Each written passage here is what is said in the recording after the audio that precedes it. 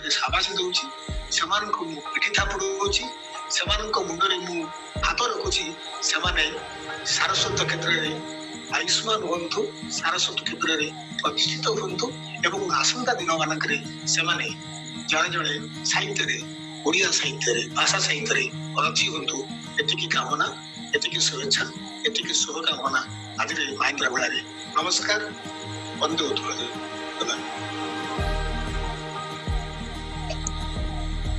ଧନ୍ୟବାଦ sir. Sir ନିଜର କର୍ମ ବ୍ୟସ୍ତ ସମୟ ଭିତରେ, ଏତେ ବ୍ୟସ୍ତତା ଭିତରେ ଆମର ମାତୃଭାଷା ଏହି ପତ୍ରିକା ଉନ୍ମୋଚନ ତିଥିରେ ଆଜି ଆମ ନିକଟରେ ଉପସ୍ଥିତ ହେଲେ, ଆଉ ଆମକୁ ମାର୍ଗଦର୍ଶନ କଲେ, ଯୋଉଥିପାଇଁ କି ଆମେ ସାର୍ଙ୍କ ପାଖରେ ଚିର ଋଣୀ ରହିବୁ। ଆଉ ଯଦି ଆମେ ବର୍ତ୍ତମାନ ଯୁବପିଢ଼ି ହିସାବରେ ବା ନୂଆ ନୂଆ ଏ କ୍ଷେତ୍ରରେ ପାଦ ଥାପଦକୁ ଯଦି କୌଣସି ଭୁଲ ଭଟକା ହେଇଯାଇଥିବ, ସାର୍ ନିହାତି ଭାବରେ ତାକୁ ସଂଶୋଧନ କରିନେବେ। ଆଉ ବହୁତ ଖୁସି ଲାଗିଲା ଯେ ସାର୍ଙ୍କୁ ପାଇକି, କାହିଁକିନା ସାର୍ ଉଚ୍ଚପଦସ୍ଥ ଜଣେ ଅଧିକାରୀ, ଉଚ୍ଚପଦସ୍ଥ ପ୍ରଶାସନିକ ଅଧିକାରୀ ହୋଇ ମଧ୍ୟ ସାହିତ୍ୟ ପ୍ରତି ଯୋଉ ରୁଚି ରଖିଛନ୍ତି ସ୍ୱତନ୍ତ୍ର ଭାବରେ, ତାହା ଅନ୍ୟମାନଙ୍କ ପାଇଁ, ଆମମାନଙ୍କ ପାଇଁ ନିଶ୍ଚିନ୍ତ ଭାବରେ ବହୁତ ଗୋଟେ ପ୍ରେରଣାଦାୟୀ କଥା। ଆଉ ସାର୍ଙ୍କ ବିଷୟରେ ତ ଯେତେ କହିଲେ ସେତେ କମ୍ ହବ, କିନ୍ତୁ ସାର୍ଙ୍କ ଉପସ୍ଥିତି ହିଁ ଆମର ଏକାନ୍ତ କାମ୍ୟ। ଆଉ ଆମେ ନିଜକୁ ଆଜି ଗୌରବ ମନେ କରୁଛୁ, ଆଜି ପବିତ୍ର ରଥଯାତ୍ରା ତିଥିରେ ଯୋଉମାନେ ଆଜି ଆମେ ସାର୍ଙ୍କୁ ଖୁବ୍ ନିକଟରୁ ପାଇପାରିଲୁ। ସେଥିପାଇଁ ମୁଁ ଆମ ଅନୁଷ୍ଠାନର ମୁଖ୍ୟ ଯିଏ ଅଛନ୍ତି ସମ୍ମାନୀୟ ଦେବାଶିଷ ଦାସ ଏବଂ ଡିଗ୍ରୀ ଏକାଡେମୀର ଆମର ଚିନ୍ମୟ ପ୍ରଧାନ ବାବୁ ଆଉ ଅନ୍ୟାନ୍ୟ ଆମର ଉପସ୍ଥିତ ସଦସ୍ୟମାନେ, ଆଉ ଯେଉଁମାନେ ଆଜି ଆସିକି ଏଠି ଉପସ୍ଥିତ ଅଛନ୍ତି, ସେମାନଙ୍କ ତରଫରୁ ମୁଁ ସାର୍ଙ୍କୁ ନିହାତି ଭାବରେ କୃତଜ୍ଞତା ଜଣାଉଛି। ସାର୍ ଆମର ଆଜି ମୁଖ୍ୟ ଅତିଥି ଥିଲେ ମଧୁସୂଦନ ଦାସ ମହୋଦୟ। ସାର୍ଙ୍କୁ ମୁଁ ଆନ୍ତରିକ ଭାବରେ ପ୍ରଣତ କରୁଛି। ଧନ୍ୟବାଦ ସାର୍, ପ୍ରଣାମ। ଆଉ ବର୍ତ୍ତମାନ ମୁଁ ଅନୁରୋଧ କରୁଛି ଆମର ସଭାପତି, ପ୍ରତିଷ୍ଠାତା এই ପତ୍ରିକାର ଦେବାଶିଷ ଦାସ ମହୋଦୟଙ୍କୁ ଦୁଇ ପଦ କଥା ରଖିବା ପାଇଁ।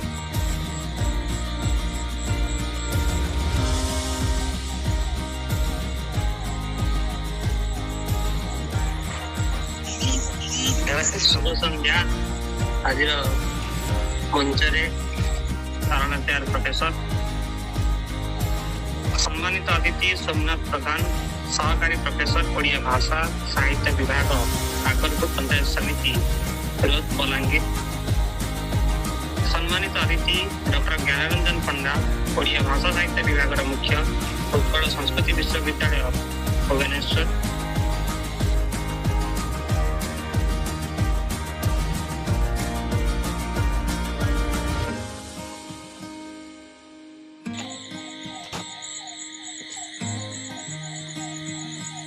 ଧନ୍ୟବାଦ, ଧନ୍ୟବାଦ ଦେବାଶିଷ ବାବୁ। ବର୍ତ୍ତମାନ ମୁଁ ଆମର ପ୍ରମୁଖ ସଦସ୍ୟ ଚିନ୍ମୟ ବାବୁଙ୍କୁ ଅନୁରୋଧ କରୁଛି ଦୁଇ ପଦ କଥା ରଖିବା ପାଇଁ। ଧନ୍ୟବାଦ ଆଜ୍ଞା, ସୁଲଭଣ୍ଡା ଆଜ୍ଞା। ଆଜିର ଏହି ଶୁଭ ମୁହୂର୍ତ୍ତରେ, ଆଜିର ଏହି ପବିତ୍ର ରଥଯାତ୍ରା ଅବସରରେ ଏତେ ବଡ଼ର କଥା କି ଆଜି ଗୋଟେ ମାଟିର ଭାଷା ଏହି ପତ୍ରିକା ଉନ୍ମୋଚିତ ହେଉଛି। ତ ସମସ୍ତଙ୍କୁ ମଧ୍ୟ ଶୁଭେଚ୍ଛା ଏବଂ ସାର୍ ଅତିଥି ମଧ୍ୟଙ୍କୁ ମଧ୍ୟ ଆମ ତରଫରୁ ଶୁଭେଚ୍ଛା, ଅଭିନନ୍ଦନ ଯୋଗ ଦେଇଥିବାରୁ। ଏବଂ ଏହି ମାଟିର ଭାଷାଟି ଆଗକୁ କେମିତି ଯିବ ସେ ଉପରେ ଆମେ ଏଠି ଆଲୋଚନା ହେବ। ଏବଂ ମାଟିର ଭାଷାଟି ଆଜି ଏତେ ବଡ଼ କଥା ଯେ ଯେଉଁ ଆମର ପବିତ୍ର ରଥଯାତ୍ରା ପୁରୀ ଶ୍ରୀ ଜଗନ୍ନାଥଙ୍କ ଅପାର କୃପାରୁ ଆଜି ସଫଳ ହୋଇପାରିବ ଏବଂ ମାଟିର ଭାଷାଟି ଆଜି ଉନ୍ମୋଚିତ ହେବ। ଧନ୍ୟବାଦ ଆଜ୍ଞା।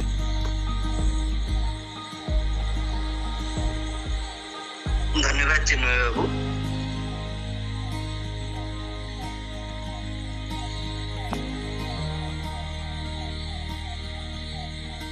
ଉପସ୍ଥିତ ଆମର ସଦସ୍ୟ ସଦସ୍ୟମାନେ ଯେଉଁମାନେ ଆଜି ଶ୍ରୀଯୁକ୍ତ ଜିଲ୍ଲାପାଳ ମହୋଦୟ ନୂଆପଡ଼ାଙ୍କ ଉପସ୍ଥିତି ନିମନ୍ତେ ଆଜି ସମସ୍ତେ ଆଜି ଆମେ ଏକତ୍ରିତ ହୋଇଛୁ ସାର୍ଙ୍କୁ ସ୍ୱାଗତ କରିବା ପାଇଁ। ସେମାନେ ଆମର ସଦସ୍ୟମାନଙ୍କ ମଧ୍ୟରେ ରଶ୍ମିତା ଭୂଇଁଆ, ଅନ୍ନପୂର୍ଣ୍ଣା, ଆକାଶ କୁମାର ନାୟକ, ଆଲୋକ ବାବୁ, ମନୋଜ ବାବୁ, ରାଜେଶ ବାବୁ, ସମ୍ମାନୀୟ ଡକ୍ଟର ସୋମନାଥ ବାବୁ ସମସ୍ତେ ଆମ ନିକଟରେ ଉପସ୍ଥିତ ଥିବାରୁ ଆମେ ସମସ୍ତେ ନିଜକୁ କୃତଜ୍ଞତା ଜଣାଉଛୁ। ଆଉ ଦେବାଶିଷ ବାବୁଙ୍କୁ ମୁଁ ଅନୁରୋଧ କରୁଛି ଯେ ସିଏ କାର୍ଯ୍ୟକ୍ରମ ଆଗେଇ ନିଅନ୍ତୁ।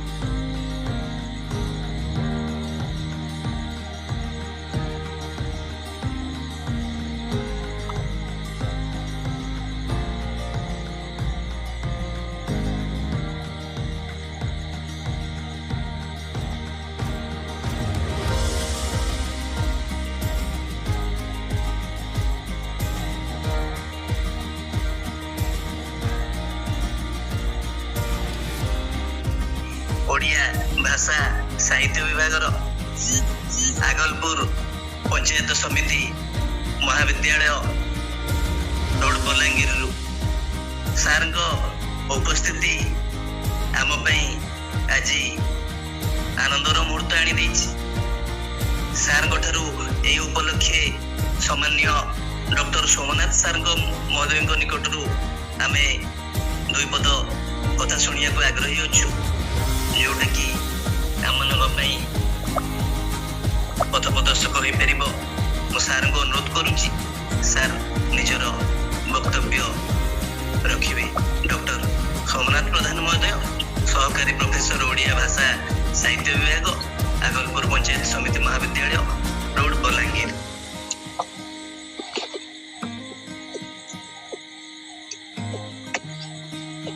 ନମସ୍କାର ସମସ୍ତଙ୍କୁ।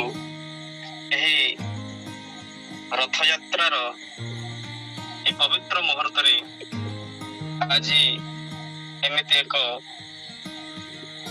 ଉଦୀୟମାନ ପତ୍ରିକାର ଉନ୍ମୋଚନ ଘଟୁଛି, ମାଟିର ଭାଷା। ଏହି ଅବସରରେ ସର୍ବପ୍ରଥମେ ମୁଁ ଆଜିକାର ମୁଖ୍ୟ ଅତିଥି ଶ୍ରୀଯୁକ୍ତ ମଧୁସୂଦନ ଦାସ ମହୋଦୟଙ୍କୁ शुभेच्छा जणाइबी। सम्माननीय डॉक्टर सुब्रत कुमार सेनापति केंद्र साहित्य एकाडेमी पुरस्कार प्राप्त जड़े विशिष्ट लेखक एवं खुशी कथा आज स्वतंत्र अतिथि प्रेमानंद महापात्र जी वर्तमान सारला चेयर प्रोफेसर अच्छी स्थानित अच्छा एवं सम्मानित अतिथि रूपे जोग देइथबा डॉक्टर ज्ञानरंजन पंडा महोदय, श्रीयुक्त मृत्युंजय विश्व महोदय एवं आज ऑनलाइन मीटिंग रे सभारे थिबा उपस्थित थिबा समस्त ज्ञानी गुणी सुधीजन सर्वप्रथम समस्त को माटिर भाषा पत्रिका तरफ प्रारंभ होइथबा ई सभा को समस्त को हृदय आंजला अभिनंदन एवं शुभेच्छा ज्ञापन करुछि। बड़े खुशी कथा जे माटिर भाषा माटिर महक ए माटिर तरा को चिन्हवा पाए आज जो भले भावरे भावना सृष्टि जे मन भितरे मन मंदिर रे जे आगामी भविष्य रे ଅନେକ ନୂଆ ନୂଆ କବିଙ୍କୁ ନୂଆ ନୂଆ ଲେଖକଙ୍କୁ ନୂଆ ତାଙ୍କୁ ସୃଷ୍ଟି କରିବାର ଯେଉଁ ଶବ୍ଦ ମନସାଡ଼ି ଆଜି ଏ ପତ୍ରିକାଟି ଅନୁଷ୍ଠିତ ହେଉଛି ବାସ୍ତବରେ ଖୁସି ବିଷୟ, ଅଭିବାଦନ ଯୋଗ୍ୟ। ଆଗାମୀ ଦିନରେ ବହୁ କବି ଲେଖକ ସ୍ରଷ୍ଟାଙ୍କୁ ସୃଷ୍ଟି କରୁ। ସର୍ବପ୍ରଥମେ ଏହା ମୋର କାମନା। କୁହାଯାଏ ଜନନୀ ଜନ୍ମଭୂମିଶ୍ଚ ସ୍ୱର୍ଗାଦପି ଗରୀୟସୀ। এই জন্ম মাটির কথা, এই জন্মভূমির কথাକୁ ଆମେ ନେଇ ଜୀବନରେ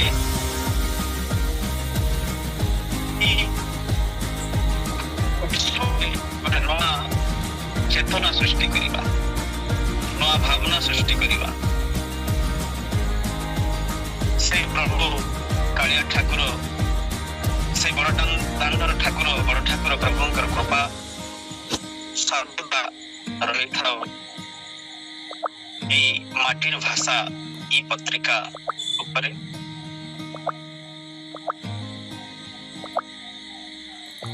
সময় স্বল্পতা দৃষ্টি বিশেষ কিছু মু কহিবিনি। কেবল এতিকি কহিবি যে আগামী ভবিষ্যৎরে আজি যে উদ্দেশ্য নেই, যে আকাঙ্ক্ষা নেই আমি আগକୁ ଗୋଟିଏ ପାଦ ଥାପିଛୁ, ତାହା ଅବିରତ ଧାରା ହେଇ, ଅବିରତ ଗୋଟେ ନିର୍ଝରିଣ ଧାରା ହେଇ ପ୍ରବାହିତ ହେଉ, ଏହା ହିଁ ମୋର କାମନା। ବହୁତ ବହୁତ ଧନ୍ୟବାଦ ଆଜି ମୋତେ ନିମନ୍ତ୍ରଣ କରିଥିବା ହେତୁ ସମସ୍ତଙ୍କୁ ସାଧୁବାଦ ଜଣାଇ ମୁଁ ମୋର ବକ୍ତବ୍ୟ ଏଇଠି ରଖୁଛି। ଧନ୍ୟବାଦ।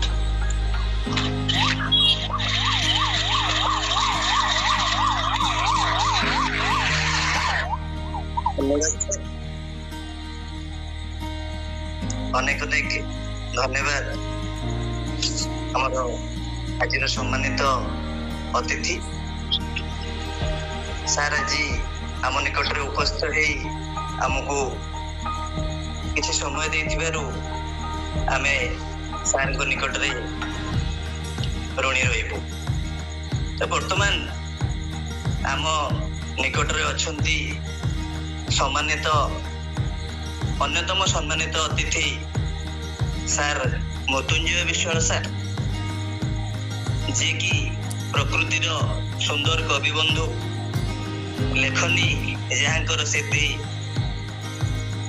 ସମ୍ମାନୀୟ ମୃତ୍ୟୁଞ୍ଜୟ ବିଶ୍ୱାଳ ସାର୍ଙ୍କୁ ଆମେ ସ୍ୱାଗତ କରୁଛୁ।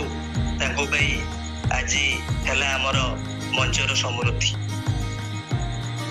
ସାର୍ଙ୍କୁ ମୁଁ ଅନୁରୋଧ କରିବି, ସାର୍ କିଛି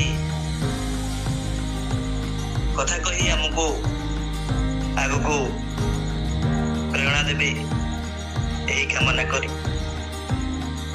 ସମ୍ମାନୀୟ ମୃତ୍ୟୁଞ୍ଜୟ ବିଶ୍ୱାଳ ସାର୍ ପ୍ରକୃତି ପ୍ରେମୀ କବି, ଉପାଧ୍ୟକ୍ଷ ଅଛନ୍ତି ଦିଗନ୍ତ ବିଦ୍ୟା ମନ୍ଦିର ବାରିପଦାରେ। ସାର୍ ଜୟ ଜଗନ୍ନାଥ। ଜୟ ଜଗନ୍ନାଥ ସାର୍। তো আজ হচ্ছে পবিত্র ঘোষযাত্রা। তো পবিত্র ঘোষযাত্রা সমস্ত এক গর্ব ও আনন্দর বিষয়। এই পবিত্র ঘোষযাত্রারে এক শুভ উন্মোচন কার্যক্রম রয়েছে। ସେଥିରେ ସମ୍ମାନିତ ଅତିଥି ଭାବରେ ମୋତେ ସ୍ଥାନ ମିଳିଥିବାରୁ ମୁଁ ନିଜକୁ ବି ଗୌରବାନ୍ୱିତ ମନେ କରୁଛି, ଗର୍ବ ଅନୁଭବ କରୁଛି। ଇଏ ହଉଛୁ ମାଟିର ଭାଷା ଏଇ ପତ୍ରିକାର ମାନେ ଦକ୍ଷତାର କଥା ନୁହଁ, କି ଆଉ କାହାରି ବି ଦକ୍ଷତାର କଥା ନୁହଁ। ଇଏ ହଉଛି ପ୍ରଭୁ ଏଇ ନୀଳାଚଳ ନିବାସୀ ବିଶ୍ୱ ନିୟନ୍ତା ଜଗତର ନାଥ ଜଗନ୍ନାଥଙ୍କ ଅପାର କରୁଣା। ଯାହାଙ୍କ ମୁଣ୍ଡ ଉପରେ ତାଙ୍କର ଅପାର କରୁଣା ନଥାଏ, ସେ ନିଶ୍ଚିତ ଶୁଷ୍କ ମଧ୍ୟରେ ସେ ପ୍ରାଣ ସଞ୍ଚାର କରନ୍ତି, ପ୍ରାଣ ସଞ୍ଜୀବନୀ ସୃଷ୍ଟି କରନ୍ତି। ତେଣୁ ତାଙ୍କର ଅପାର କରୁଣା ଲାଭ କରିବା ଅତ୍ୟନ୍ତ ଦୁର୍ଲଭ, ଅତ୍ୟନ୍ତ କଷ୍ଟକର। ଯାହା ବି ହଉ ସେଇ ଏକ ଘଡ଼ିସନ୍ଧି ମୁହୂର୍ତ୍ତ, ପବିତ୍ର ଘୋଷଯାତ୍ରା ଏକ ସୁବର୍ଣ୍ଣମୟ ଅଧ୍ୟାୟ, ସୁବର୍ଣ୍ଣମୟ ମୁହୂର୍ତ୍ତ। ଏ ସୁବର୍ଣ୍ଣ ମୁହୂର୍ତ୍ତରେ ମାଟିର ଇଭାସାରେ ପତ୍ରିକାରେ ଯେତେ ବି ସଦସ୍ୟ ଯୋଡ଼ି ହେଇଛନ୍ତି ସମସ୍ତଙ୍କୁ ମୋର ଶୁଭେଚ୍ଛା ଆଉ ଶୁଭକାମନା। ପ୍ରଥମେ ତ ମୁଁ କହିବି ଯେ କି ମାତୃଭାଷାର ଉନ୍ନତି କରିବା ସେ ଯେକୌଣସି ସଂସଦ ମାଧ୍ୟମରେ ହଉ, ଯେକୌଣସି ସାହିତ୍ୟ ମାଧ୍ୟମରେ ହଉ। ଯେମିତିକି ସ୍ୱଭାବ କବି ଗଙ୍ଗାଧର ପଦିଏ କହିଯାଇଛନ୍ତି, ମାତୃଭୂମି ମାତୃଭାଷାର ମମତା ଯାହୃଦେ ଜନମୀ ନାହିଁ, ତାକୁ ଯଦି ଜ୍ଞାନୀ ଗଣରେ ଗଣିବା ଜ୍ଞାନୀ ରହିବେ ନାହିଁ। ଆଜିକାଲି ଡିଜିଟାଲ କମ୍ପ୍ୟୁଟର ଦୁନିଆରେ, ମଡର୍ଣ୍ଣ କମ୍ପ୍ୟୁଟର ଦୁନିଆରେ ତ ମାତୃଭାଷାକୁ ଅଣଦେଖା କରାଯାଉଛି, ଯେଉଁଥିରେ କି ମାତୃଭାଷାର ମାନ ଧୀରେ ଧୀରେ କମି ଯାଉଛି। ତ ମାତୃଭାଷାର ମାନକୁ ଉଜ୍ଜୀବିତ କରିବା ପାଇଁ ଆମେ ସମସ୍ତେ ବଦ୍ଧପରିକର ହେବା ଦରକାର, ପୂଜ୍ୟ ପୂଜାର ସମ୍ମାନ କରିବା ଦରକାର। ବହୁ ସମୟରେ ମୁଁ ଲକ୍ଷ୍ୟ କରୁଛି ମାତୃ ଭାଷାରେ ଏହି ପତ୍ରିକା ବା ଯେକୌଣସି ସାହିତ୍ୟ ସଂସଦରେ ଯେକୌଣସି କବି ବା ଗଳ୍ପ ବା ଲେଖକ ତାଙ୍କର କୌଣସି କଥାବସ୍ତୁ ଉପସ୍ଥାପନ କରୁଛନ୍ତି, ସେଥିରେ କେହି ସ୍ୱତଃପୃତ ଭାବରେ ଶ୍ରଦ୍ଧା ରଖୁନାହିଁ। ଏହା ସବୁଠୁ ବଡ଼ ଦୁର୍ଭାଗ୍ୟ। ତେଣୁ ଆମେ ଯେଉଁ ରେଙ୍କରେ ଥାଉନା କାହିଁକି ପଦବୀ ବଡ଼ କଥା ନୁହଁ। ବଡ଼ କଥା ହେଉଛି କାହାକୁ ସମ୍ମାନିତ କରିବା, କାହାକୁ ଉତ୍ସାହିତ କରିବା। ବଣମଲ୍ଲି ବଣରେ ଫୁଟି ଝଡ଼ି ପଡ଼େ, ତ ତାର ଯେଉଁ ସୁବାସ ଆମେ ସମସ୍ତଙ୍କୁ ଉପଭୋଗ କରିବାର ଅଛି। ବହୁତ ବଣମଲ୍ଲି ସଦୃଶ କବି ଅଛନ୍ତି ଯେଉଁମାନେ ସେମାନେ ଆଗକୁ ଆସିପାରୁନାହାନ୍ତି। ଯେକୌଣସି ସଂସଦ ମାଧ୍ୟମରେ ସେ ଆଗକୁ ଆସନ୍ତୁ। ତ ଏହା ହିଁ ରହିବ ମୋର ପ୍ରଥମ ପରିକଳ୍ପନା, ପରିଚିନ୍ତନ। ଦ୍ୱିତୀୟରେ ହେଉଛୁ ମୁଁ କହୁଥିଲି ଆପଣଙ୍କୁ ଗୋଟିଏ କଥା ଯେ କି ସାହିତ୍ୟ, ଯେ କି ମାତୃଭାଷା। ଗୋଟେ ପଂକ୍ତି ମନେ ପଡ଼ିଯାଏ, କବିଙ୍କର ନାଁ ଠିକ ସେ ମନେ ପଡୁନି, ତାଙ୍କର ଥିଲା ଗୋଟେ କାବ୍ୟ ଯେ ପଢିଲି ନାନା ଜାତି ଭାଷା, କାହିଁ ତ ନ ପୂରିଲା ଆଶା, ହେଉ ପଛେ ସେ ନିକୃଷ୍ଟ, ମୋ ମାତୃଭାଷା ମତେ ଶ୍ରେଷ୍ଠ। ତେଣୁ ମୋ ମାତୃଭାଷାର ଯେଉଁ ରହିଛି ଶ୍ରଦ୍ଧା ଆଉ ଯେଉଁ ରହିଛି ସୁନ୍ଦରତା, ତା ଅନ୍ୟ କୌଣସି ବି ଭାଷାରେ ନାହିଁ। ତେଣୁ ଓଡ଼ିଶାରେ ଜନ୍ମ ନେଇ ଓଡ଼ିଆ ହେଇ ମୁଁ ଏତେ ଗର୍ବିତ। ଯୁଗ ଯୁଗକୁ ମୁଁ ଯେତେ ଥର ଜନ୍ମ ନେବି ତ ମୁଁ ନିଶ୍ଚିତ କହିବି ମୁଁ ଓଡ଼ିଆ ହିଁ ଜନ୍ମ ନିଏ। ଏହା ହିଁ ପ୍ରଥମେ ମୋର ପ୍ରଭୁ ଜଗନ୍ନାଥଙ୍କ ପଦାରବିନ୍ଦରେ ପ୍ରଥମେ ପ୍ରାର୍ଥନା ରହିବ। ତ ସମୟ ବିଶେଷ ନେବି ନାହିଁ, ଅନ୍ୟାନ୍ୟ କାର୍ଯ୍ୟକ୍ରମ ରହିଛି। ତ ଗୋଟିଏ କଥା ହିଁ କହିବି, ମାତୃଭାଷାର ଉନ୍ନତି ପାଇଁ ସମସ୍ତେ ଆଗେ ଆସିବା ଦରକାର। ଜୟ ଜଗନ୍ନାଥ।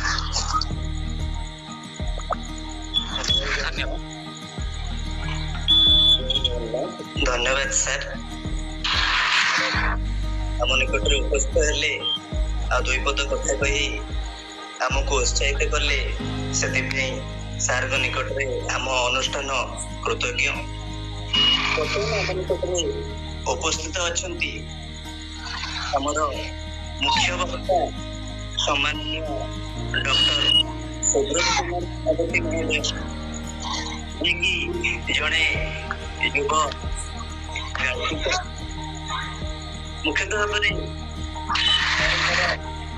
ଗଳ୍ପ ସଂକଳନ କଦମବନ ପାଇଁ ସାର୍ କେନ୍ଦ୍ର ସାହିତ୍ୟ ଏକାଡେମୀ ଯୁବ ପୁରସ୍କାର ପ୍ରାପ୍ତ। ସାର୍ଙ୍କୁ ଆମେ ଆମର ମୁଖ୍ୟ ବକ୍ତା ଭାବରେ ପାଇ ଆମ ଅନୁଷ୍ଠାନ ଆଜି ଗର୍ବିତ। ସମ୍ମାନୀୟ ମୁଖ୍ୟ ବକ୍ତା ମହୋଦୟ ଡକ୍ଟର ସୁବ୍ରତ କୁମାର ସେନାପତି ସାର୍ଙ୍କୁ ମୁଁ ଅନୁରୋଧ କରିବି ଯେ ସାର୍ ଦୁଇ ପଦ ବାକ୍ୟ କହି ଆମକୁ ଉତ୍ସାହିତ କରିବା ହେବେ। ସମ୍ମାନୀୟ ସାର୍ ଡକ୍ଟର ସୁବ୍ରତ କୁମାର ସେନାପତି ମହୋଦୟ।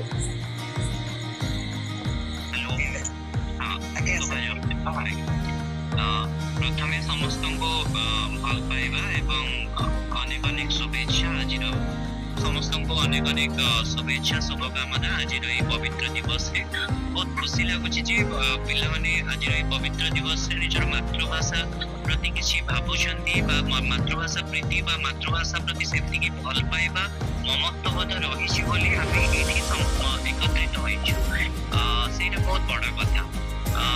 ଆଉ ଗୋଟେ କଥା କହିବି, ଯେହେତୁ ଏ ପତ୍ରିକାର ମାନେ ନା ମାଟି ସହ ଜଡ଼ିତ ଆଉ ଭାଷା ସହ ଜଡ଼ିତ, ତେଣୁ ମୁଁ ଆଶା କରିବି ଆମେ ଆମର ଭାଷା, ଆମ ଆମର ମାଟିକୁ ଆହୁରି ଅଧିକରୁ ଅଧିକ ଭଲ ପାଇବା।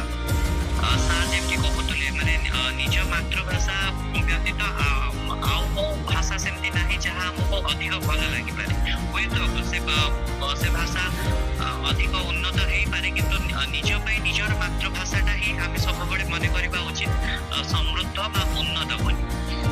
ସେଇଥିପାଇଁ ତ କବି ବଚନ କହେ ଉଚ୍ଚ ହେବା ପାଇଁ କର ଯେବେ ଆଶା ଉଚ୍ଚ କର ଆଗେ ନିଜ ମାତୃଭାଷା। ତେଣୁ ତାକୁ ଆମେ ମର୍ମେ ମର୍ମେ ଅନୁଭବ କରିବା ଉଚିତ। ଆଉ ମୁଁ ସବୁବେଳେ ଏଇ ଗୋଟିଏ କଥା କହେ ଆମ ଓଡ଼ିଆ ସାହିତ୍ୟରେ ଏତେ ଭଲ ବହି ଲେଖାଯାଇଛି ତାକୁ ପଢିବା ପାଇଁ କେବଳ ଗୋଟେ ଜନ୍ମ କଣ 7 ଜନ୍ମ ମଧ୍ୟ ଦରକାର। ତେଣୁ ଆମେ ଯେତେବେଳେ ମଣିଷ ଜନ୍ମ ପାଇଛୁ ଅନେକ ଜନ୍ମର ତପ ଫଳରେ ମଣିଷ ଜନ୍ମ ମିଳେ। ତେଣୁ ଏଇ ଜନ୍ମରେ ଆମେ ଯେତେବେଳେ ମଣିଷ ଜନ୍ମ ପାଇଛୁ ଆମେ ଚେଷ୍ଟା କରିବା ଆମେ ଭଲ ଭଲ ବହି ସହ ଜଡ଼ିତ ହେବା, ଭଲ ଭଲ ବହିକୁ ପଢିବା, ତାକୁ ସଂଗ୍ରହ କରିବା। କାହିଁକି ନା ଆମ ଓଡ଼ିଆ ସାହିତ୍ୟରେ ଫକୀରମୋହନ ସେନାପତିଙ୍କ ଠାରୁ ଫକୀରମୋହନ ସେନାପତି ହୁଅନ୍ତୁ କି ମନୋଜ ଦାସ ହୁଅନ୍ତୁ, କିଶୋରୀ ଚରଣ ଦାସ ହୁଅନ୍ତୁ, ତାପରେ ଆମର କହ୍ନେଇଲାଲ ହୁଅନ୍ତୁ, ଅଶୋକ ଚନ୍ଦନ ହୁଅନ୍ତୁ, ଜଗଦୀଶ ମହାନ୍ତି ହୁଅନ୍ତୁ କିମ୍ବା ବିଭୂତି ଭୂଷଣ ପ୍ରଧାନ ହୁଅନ୍ତୁ, କାହ୍ନୁଚରଣ ହୁଅନ୍ତୁ, ଗୋପୀନାଥ ମହାନ୍ତି ହୁଅନ୍ତୁ, ଏମିତି କେତେ କେତେ ମହାନ ସ୍ରଷ୍ଟା ମାନେ ଜନ୍ମ ନେଇଛନ୍ତି ତାର ଇୟତ୍ତା ନାହିଁ। ଆଉ ସେ ଯେତିକି ଲେଖି ଯାଇଛନ୍ତି ତାକୁ ଯଦି ଆମେ ପଢିବା ସେଇଥିରୁ ଆମେ ଅନେକ କିଛି ଜ୍ଞାନ ଉପଲବ୍ଧ କରିପାରିବା। ଯୋଉମାନେ ଲେଖା ଲେଖିରେ ଇଚ୍ଛା ରଖୁଛନ୍ତି, ରୁଚି ରଖୁଛନ୍ତି, ମୁଁ ସେମାନଙ୍କୁ ନିହାତି ପରାମର୍ଶ ଦେବି ଆଗେ ସେମାନେ ବହୁତ ପଢନ୍ତୁ। କାହିଁକି ନା ମୋର ମନେ ପଡିଯାଉଛି ମୁଁ ଜଣେ ମହାନ ସ୍ରଷ୍ଟା କହିଥିଲେ ଆମକୁ ଧାଡ଼ିଏ ଲେଖିବା ପାଇଁ ହେଲେ ଗାଡ଼ିଏ ପଢିବା ପାଇଁ ପଡିବ। ତେଣୁ ଆମ ଭାଷାରେ ଅନେକ ଭଲ ବହି ଅଛି ତାକୁ ଖୋଜିବା ପାଇଁ ପଡିବ। ଏବେ କଣ ହଉଛି ନା ଆମର ସମ୍ମୋହନଟା ଅଧିକ ପଳଉଛି ସୋସିଆଲ ମିଡିଆରେ, ମାନେ ଯେମିତି ଇନଷ୍ଟାରେ ହଉ, ଫେସବୁକରେ ହଉ। ଇନଷ୍ଟା ସୋସିଆଲ ମିଡିଆରେ ଏବେ ଯୋଉ ବହି ଗୁଡାକ ମାନେ ଏତେ ଭଲ ବହି ବି ନୁହଁ, ତାର ଯୋଉ ପ୍ରଚାର ପ୍ରସାରଟା ଏତେ ମାତ୍ରାରେ ବଢି ଯାଇଛି ଯାହା ଫଳରେ ନୂଆ ଲେଖୁଥିବା ପିଲାମାନେ ସେମାନେ ପ୍ରକୃତରେ ଯୋଉ ଭଲ ବହି ତା ପାଖରେ ପହଞ୍ଚି ପାରୁନାହାନ୍ତି। ତେଣୁ ସେ ଯୋଉ ସୋସିଆଲ ମିଡିଆର କବଳରୁ କିଛି ମାତ୍ରାରେ ନିଜକୁ ମୁକ୍ତ ରଖି ଆମେ ଭଲ ବହି ପାଖରେ ପହଞ୍ଚିବାର ଅଛି। ଆଉ ସେ ସବୁକୁ ସଂଗ୍ରହ କରି ସାଇତି କରି ତାକୁ ରଖିବାର ଅଛି। ସୁରେନ୍ଦ୍ର ମହାନ୍ତି ସେ କଣ ନ ଲେଖିଛନ୍ତି? ରାଜନୀତିର କଥା ଲେଖିଛନ୍ତି, ଧର୍ମର କଥା ଲେଖିଛନ୍ତି, ସମାଲୋଚନା ବି ଲେଖିଛନ୍ତି, ଅନେକ କଥା ସେ ଲେଖିଛନ୍ତି। ସେମିତି ମନୋଜ ଦାସଙ୍କର ଗଳ୍ପ ଆବାଳ ବୃଦ୍ଧ ବନିତା ସମସ୍ତଙ୍କୁ ହିଁ ମୁଗ୍ଧ କରେ। ତେଣୁ ଆମ ମାଟିରେ ଯୋଉ ଯୁବଜନ୍ମା ମାନେ ଅଛନ୍ତି, ଯୋଉ ଲେଖକ ମାନେ ଜନ୍ମ ନେଇଛନ୍ତି ସେମାନେ କିଛି କମ୍ ନୁହନ୍ତି। ତେଣୁ ସେମାନଙ୍କୁ ଆମକୁ ପଢିବାର ଅଛି। ଆଉ ପଢିବା ଫଳରେ ହିଁ ଆମେ କିଛି କେମିତି କୋଉ ଶୈଳୀରେ ଆମେ ଲେଖିବା ବା ଆଉ କଣ ନୂଆ ଲେଖିବା ସେସବୁ ଆମେ ଜାଣିପାରିବା। ତେଣୁ ଆମେ ଯେତେ ଚେଷ୍ଟା କରିବା ଭଲ ଭଲ ବହିକୁ ଆମେ ପଢିବା ଏବଂ ସେଥିରୁ ଜ୍ଞାନ ଆହରଣ କରିବା। ଆଉ ଆମେ ସବୁବେଳେ କୃତଜ୍ଞ ରହିବା ଉଚିତ ଆମର ପୂର୍ବସୂରୀ ମାନଙ୍କ ପ୍ରତି। କୃତଜ୍ଞ ରହିପାରିଲେ ହିଁ ଏ ଯୋଉ ଅସ୍ମିତାର କଥା କୁହାଯାଉଛି, ଆମ ଭାଷାର ଅସ୍ମିତା କଥା କୁହାଯାଉଛି ବା ଆମ ଯୋଉ ଓଡ଼ିଆ ଅସ୍ମିତା କଥା କୁହାଯାଉଛି, ମୁଁ ଭାବେ ସେତେବେଳେ ହିଁ ଏ ଅସ୍ମିତା ସୁରକ୍ଷିତ ହୋଇ ରହିପାରିବ। ତେଣୁ ଆମେ ଭଲ ବହି ପାଖରେ ପହଞ୍ଚିବା। ଆଉ ମତେ ଲାଗେ ଆମର ଏଇ ଯୋଉ ସର୍ଜନା ଭୂମି, ଆମ ଓଡ଼ିଆ ଭାଷାର ସର୍ଜନା ଭୂମି ଗୋଟେ ସୁନ୍ଦର ବଗିଚା, ଗୋଟେ ସୁନ୍ଦର ଉପବନ ଯୋଉଠି ଆମକୁ ଗୋଡ଼ି ବୋଲିବାର ଅଛି ରଙ୍ଗ ବେରଙ୍ଗର ମହୁମାଛି ପରି, ଆଉ ବସିବାର ଅଛି ନାନା ଜାତିର ଫୁଲ ଉପରେ। କେଉଁ ଫୁଲ ରଙ୍ଗରେ ଭରପୁର, କେଉଁ ଫୁଲ ବାସ୍ନାରେ ଭରପୁର, ଆମକୁ କିନ୍ତୁ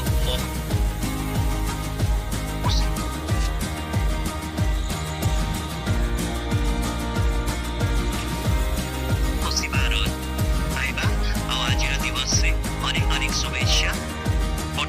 ଓଡ଼ିଆଙ୍କର ମୌଡ଼ମଣି ଆମର କଳ ଠାକୁର ସମସ୍ତଙ୍କୁ ଆଶୀର୍ବାଦର ବର୍ଷାରେ ସିକ୍ତ କରାଉଥାନ୍ତୁ, ମୁଁ ଏହା ହିଁ ପ୍ରାର୍ଥନା କରିବି।